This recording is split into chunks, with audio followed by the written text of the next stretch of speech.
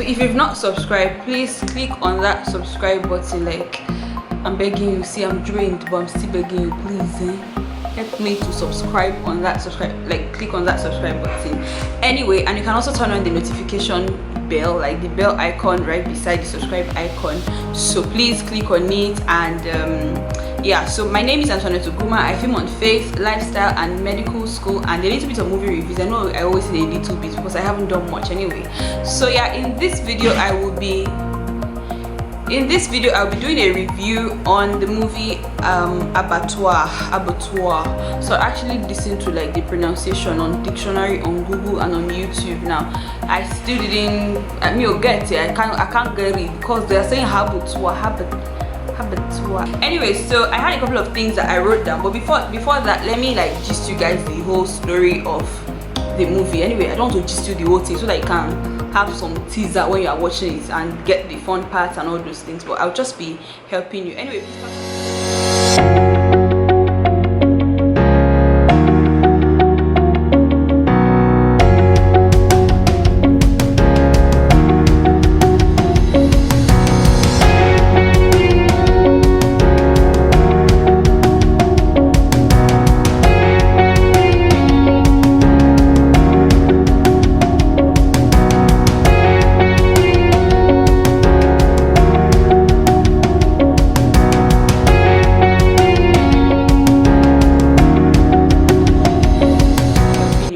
pardon my head that the fan is blowing. Child of God is going on sleep in this summer of a period. So yeah, so I said what I wrote.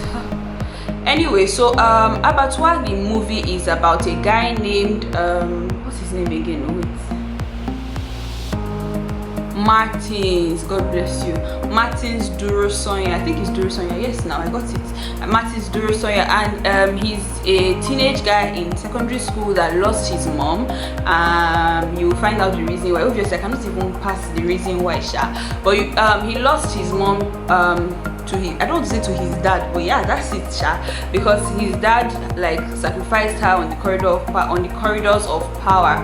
So you see Martin's going through like a lot of things. I don't want to say a lot, but it's a lot actually. He's going through like a lot of things because of the things that he lost his mom, and then he found out that his dad was the one behind the death, and they framed like the house help for it.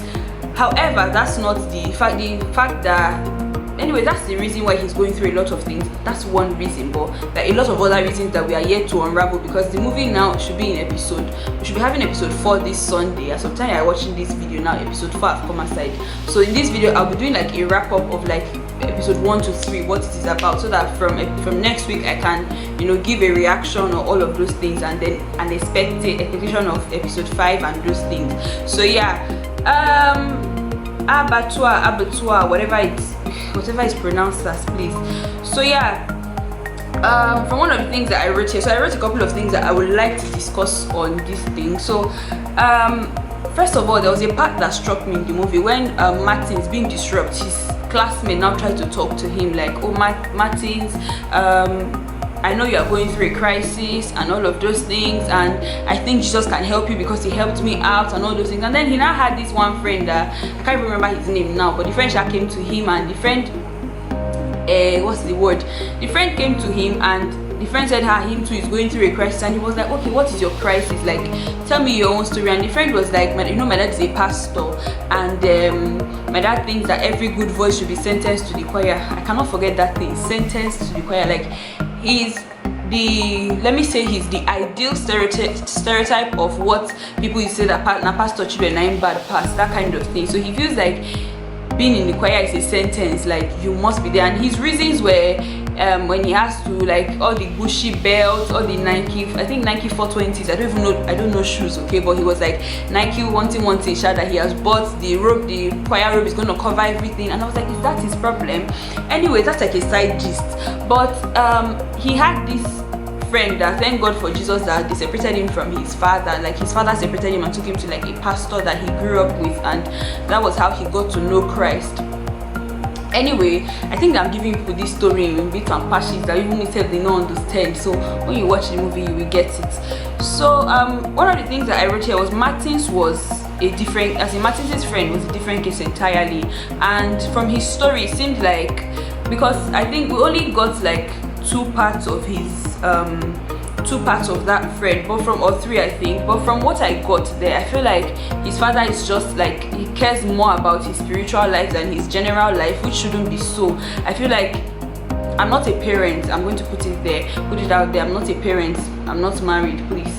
So his father cared more about his spiritual life than his all-round life. So he had to, maybe to his father, he had a life that maybe was not, you know, totally all there spiritually. However, the father didn't care much about that part, much about the other side of the life, just the spiritual life. So even when he did drugs, the father punished him and he was reading scriptures to him and all those things. He didn't even talk to him and all those, like, the usual things that maybe parents would do. I don't want to say parents would do because I'm not a parent, so I don't know. I've not wear the shoe before, so I don't know where it hurts. Anyway, so what I got here, another thing that I wrote here is that Martins, on the other hand, finding out that his dad was like the reason, was the one behind his mom's death, it was I think it was devastating, because it's like the person that you know as your father is not him again. So he had to like go through a lot of processing, like, this man is evil, okay. And then he also told his father that he lost his dad the same day his mom died. So because his dad was the one that killed his mom, so he believes that they both died the same day, and then a monster like arose in the man's body. Anyway, so going to episode 2, I think episode 2 was also like tilted towards parenting, because I saw that in that part when Martins he woke up in the gutter because he did drugs with his friend and they both got high, they both got high, and then he ended up in a gutter, and then his friend ended up waking up under a car, like pillow blanket under a car, literally.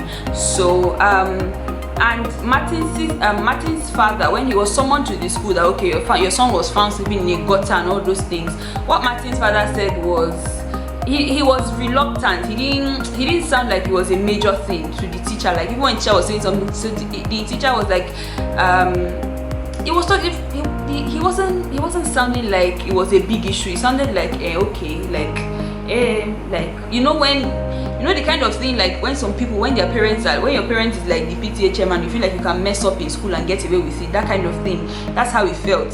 So what I wrote, another thing that I wrote here, sorry I'm swinging, I'm just like being very playful right now. So this part small guys with big God, is that what they call themselves now? But anyway, those small girls that used to follow big men, like this video shows you your Waterloo. Like, this girl, I think her name was Jumoke was following this old man, and it's not old, but it was she was following for the money more. Like, if you've not watched the checklist, you should watch it here. The checklist, it's a video I did. So yeah, anyway, so Jumoke was following this old man for money, and he used that for ritual. So it's like, if money is the reason why you are following a man, it's scary, because long throats, this will keep people. Have you heard of something that hook you in your throat? The thing that I will not go into proverbs today, please. Anyway, what I wrote here is that her friend warned her, but she didn't listen. You know, there are times when God is trying to, like, you know, give you a prompting, and then he's like, okay, you are not getting the message, I will help a friend, I will pass through a friend. So her friend warned her not to go, but she didn't listen. Maybe if she had listened to her friend now, she would not have ended up the way she did, because the man ended up using her for ritual. So many times people are blinded by the devil. So one of the things that I also got there is that when we are talking to people that okay, this is not the right way to do things, maybe we can also pray for them as well now. Because the friend was like, I told her not to go, I told her, but she didn't listen. And one thing that dropped on my mind was, did you pray for her? That kind of a thing. So yeah. Another thing that I wrote here is that so there needs to be some underground prayer work sometimes before preaching, most times actually, before preaching Christ to somebody. Just maybe if the friend prayed. I'm not saying that we should blame her friend, that obviously she's an adult, a bit adult, whatever they pronounce, all this pronunciation, and people should leave me, please. Anyway, I think I got pronunciation right. Check your dictionary, I think it's correct. Anyway, so it's pronunciation. Okay, so her friend was obviously she's an adult, so you cannot totally force her into sitting at home or telling her you must listen to me and all this. Because even her parents were telling her that, even her parents were lamenting when she died that they told her, oh, they used to ask her, Jumoke, where are you spiritually and all those things, and she would be like she wants freedom. Now sometimes people used to feel like freedom is outside Christ. Used to feel like I will be free. It's when you are in the world you are free. I mean, free as a bird, you can do whatever you like. That doing whatever you like is a bondage that you need to break out from. There's a difference between, please, that's not why we are here. We're here to review Abattoir the movie. Anyway, so yeah. Also, when Martin's friend, when his dad was reading the Bible to him, obviously there's nothing wrong in reading the Bible and all those things. I think it's even Psalm 1 verse. Is this Psalm 1 verse 1? I don't want to say nonsense, but I think it was something around Psalm 1 or something, Psalm something verse 1. I can't remember now, but I think it's Psalm 1 verse 1 or 1 verse 6 or something. I can't remember. So he read the scriptures to him and was, telling him to repeat after him while he was picking pin. If you don't know what pick pin is, go and watch that movie so that you know what pick pin is. That thing is painful. Side gist. Anyway, so yeah, he was now reading the scriptures and all those things to him, and then he said, I think he was saying he would beat him and then like cut his hair and all those things. And the truth is, in this modern day, haircut and beating is not a punishment anymore. It's not a form of discipline, to be honest. I don't want to bring in that controversy of people now being in my comment section and shouting beating is punishment or corporal punishment is key or whatever form of discipline that you want to go take someone through. Shall know that haircut is not a punishment anymore. See, I've cut my hair before.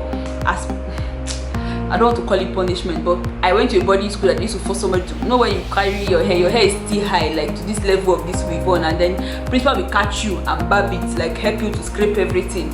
So haircut is not a punishment. It's not a form of punishment and all those things. There are different kind of disciplines that people will go through. There's one that you can talk to the person and be like, okay, this is what you did and I think you should redress it this way and all those things. So yeah, like I said before, I'm not a parent, so I don't know. Anyway, the next thing that I wrote here is when life happens, drugs and men and women or alcohol is not a solution. These things may seem like a solution, but the thing is, when they clear from your eye, you go back to square one. Because if you say if I get drunk or if I get high, I will forget all these things that is happening now.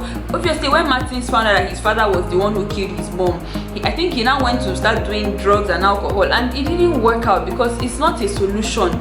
It will work. It may help you forget for some time, which is even like an hour or two or whatever, but you will come back to square one and then you now start wasting your life. So the best way to go through things is through Christ, and then you also deal with it intentionally and all whatever. So yeah, another thing that I wrote here, okay, I've said this one, that Jumoke and her freedom led her into another freedom. Obviously, when she got free into the grave. I don't think she's even free there because she may end up in hellfire. Not may, will, I don't know. Anyway, so what I wrote here, especially I understand that Jumoke's mom was troubled, but the part where she now said, because the roommate was telling her that she was warning her daughter not to go out that night and all those things, that she didn't have a choice because the girl left. The mom was not like, but you had a choice. See, the truth is, not everybody's an adult, but obviously at some certain age, like somebody will reach and you cannot talk to them anymore. It's what is in their mind that they will do.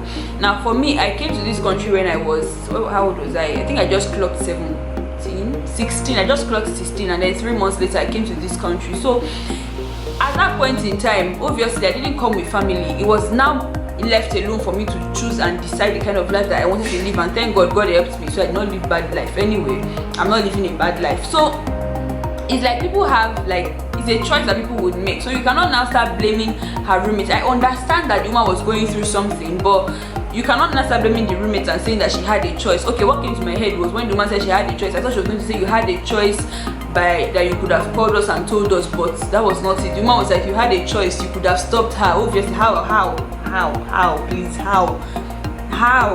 Anyway, so the next thing that I wrote here is that it's funny how Martinez's father wanted him to grow up to become an upright man, a man of God, as in how it was like it's like a form of mockery. I don't understand. Are you mocking God or something? Because that was how it seemed to me, because his father was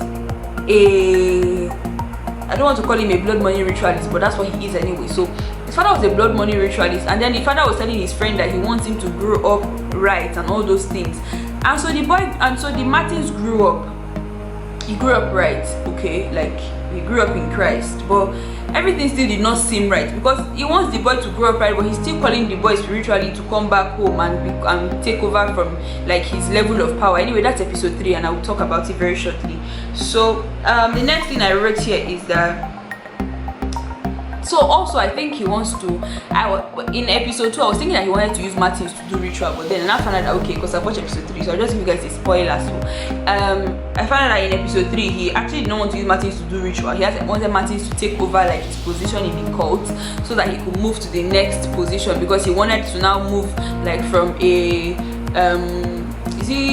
from the state level ritual to federal level, so that he can have a voice in like the entire country and all those things. So yeah, the third episode actually was tilted more towards spiritual parenting. It's like you cannot decide to despise the place of a spiritual parent. There are things that God will reveal to them that he hasn't told you. There are things that God would, pass through them that he has not passed through. There are things that you do not know, that you have not learned, that you need to continue learning from them. So you cannot despise spiritual parenting. So Martins was what's that word? So the pastor that Martins grew up with, because when his father said he wanted to make him grow up right and all those things, then his father now, this is actually funny that I'm just seeing you guys on camera like film. Anyway, so yeah, his father wanted him to grow up right, and so the father sentenced, I don't want to say sentence, no, that's not the right word, I'm using that thing that they said in the beginning. Anyway, so the father now let him go and live with a pastor and his wife, and so that pastor now stood as a spiritual parent for him, because like both spiritual and biological, that was who Martins now knew as his parent, because he grew up with them. So Martins told the pastor and his wife, told the pastor his story, how he discovered that his father killed his mom and all those things, and the pastor prayed with him and counseled him that okay, he should. And then in fact the pastor had a dream of the father calling for help, and the pastor was like he should pray for his father and lead him to Christ and all those things. But that's like an instruction at one side. And what I got from there, I think Martin said he would listen to him and he would pray for, like, try to lead his father to Christ and all this. I can't remember if he agreed or not, but what I got from there is you have to obey spiritual authorities.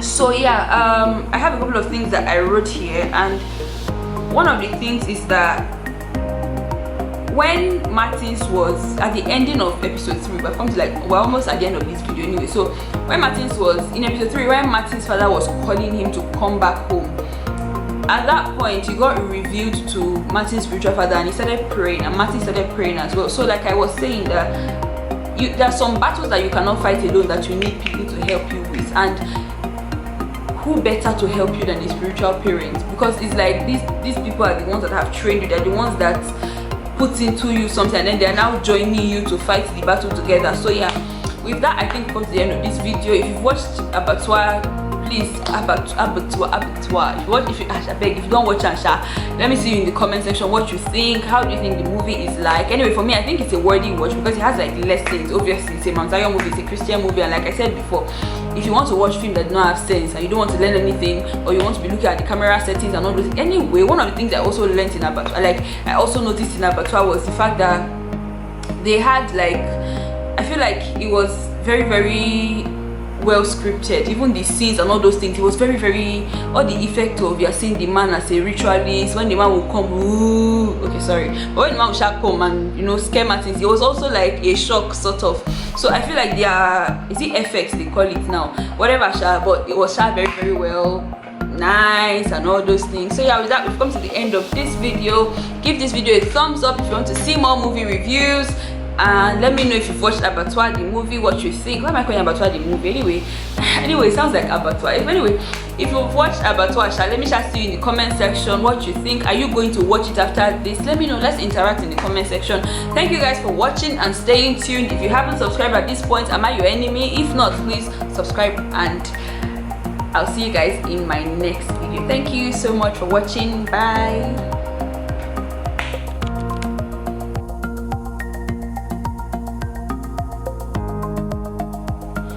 In this video, I'll be doing a review on the movie Abattoir. So I actually listened to like the pronunciation on dictionary, on Google, and on YouTube. Now I still didn't get it. I can't get it because they are saying Abattoir, Wait, I read the thing they wrote there. The thing looks like abattoir, but I was pronouncing the tour. They said I didn't get it right. Anyway, please, so far you understand what I'm trying to say. Anyway, abattoir. In fact, the movie, because I will not come and bite my tongue. God will not grieve for you people and myself.